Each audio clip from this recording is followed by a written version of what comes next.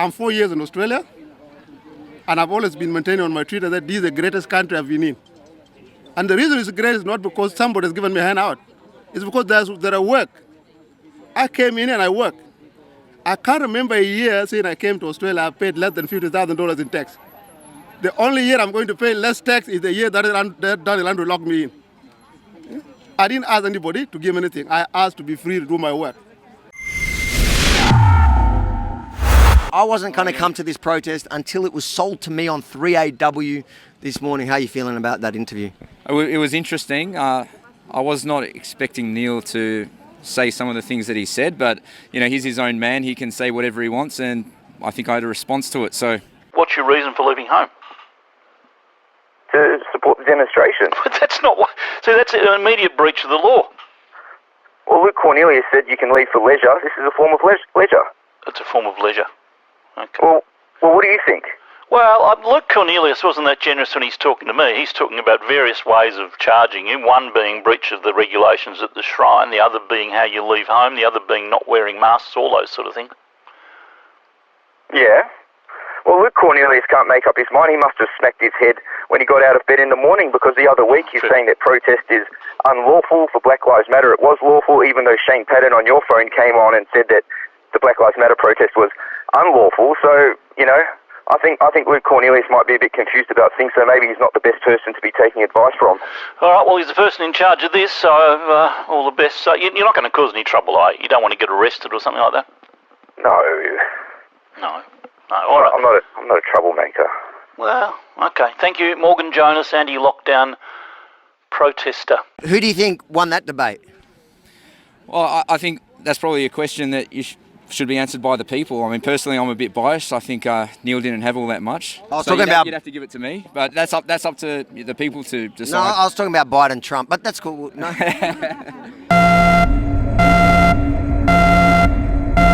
Are we COVID safe now? Yeah. There's no COVID now. COVID doesn't jump between nationalities. Learn the rules. All right. Excuse me, your shorts are not COVID safe. Arrest him. Those shorts. Why are you here? Yeah, because obviously I want to bring freedom back to Melbourne, and I'm a fan of you as well. Why are you so glamorous? Yeah, because I love to bring light and colour, and I'm an artist, and that's what it's about, just making people happy. Do you know it's illegal to be happy right now in Victoria? Yeah, totally. Are you ready to cop a $1,652 fine for being too happy? Oh, definitely.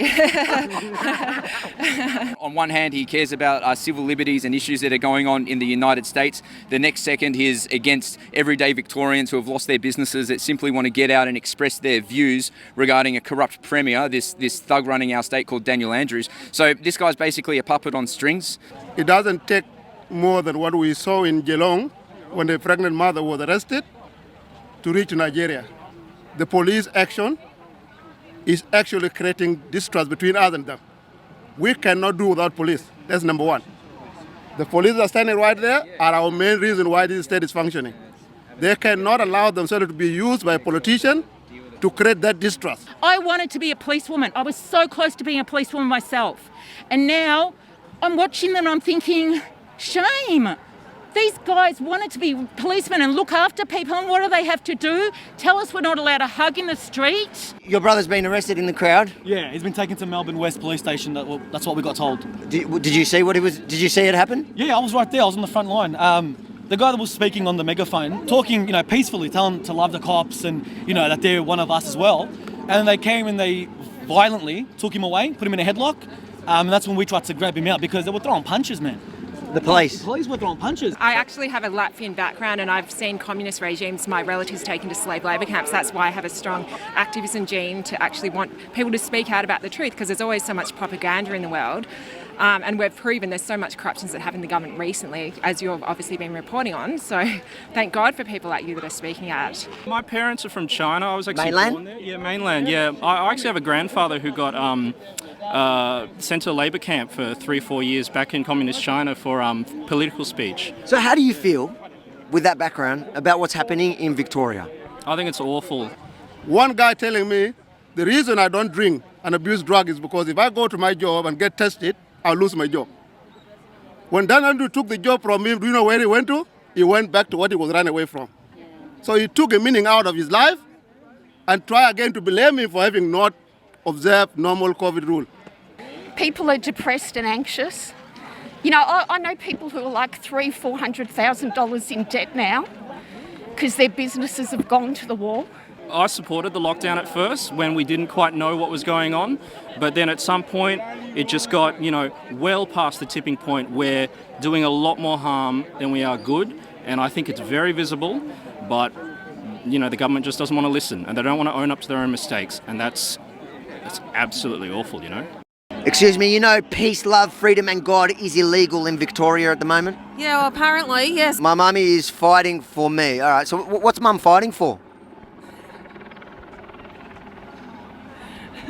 What's mum fighting for? Okay, well, Be like my mum, talk for me. Talk for me. What am I fighting for? Well, my son was born pre-lockdown, and so he hasn't met half of my friends. He's barely left our house. He's been in lockdown this entire time. So I'm standing because I cannot stand the thought of a future where my son doesn't have rights, where he doesn't know his freedoms. I have a 2-year-old daughter as well, and it's important for me to show them by example that we need to raise our voices, okay? And I've lived in Melbourne my entire life. I've never seen our city in the state that it's in now, and it scares me. So I want to show my children to be brave, to be courageous, to be informed, to be educated, and this is the best way I can do it, bring them along and show them how it's done. Hey? We've got 3 generations here of Irish Australians. Let's just go with that. This is, am I allowed to say grandma, ma, daughter, granny?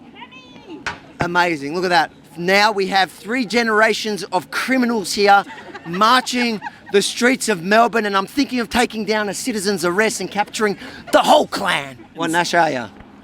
I'm Australian, but my heritage is Syrian. I'm from Syria. Yeah. A Syrian or No, Syrian, from Syria. All right, this conversation is going to end here because the Middle East is about to blow up. Excuse me, guys. You're going to get fined for having too much fun in Victoria. That's 3 times somebody said I'm you today, and I'm like, no, I'm We not can that go to great, the Supreme Court and get it repealed.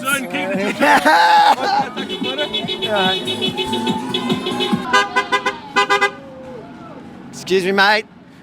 You're having way too much fun for Victoria. You're going to get fined $1,652, and we're going to have to impound the car. Sure, right. How you going, brother? How you? Thanks, mate.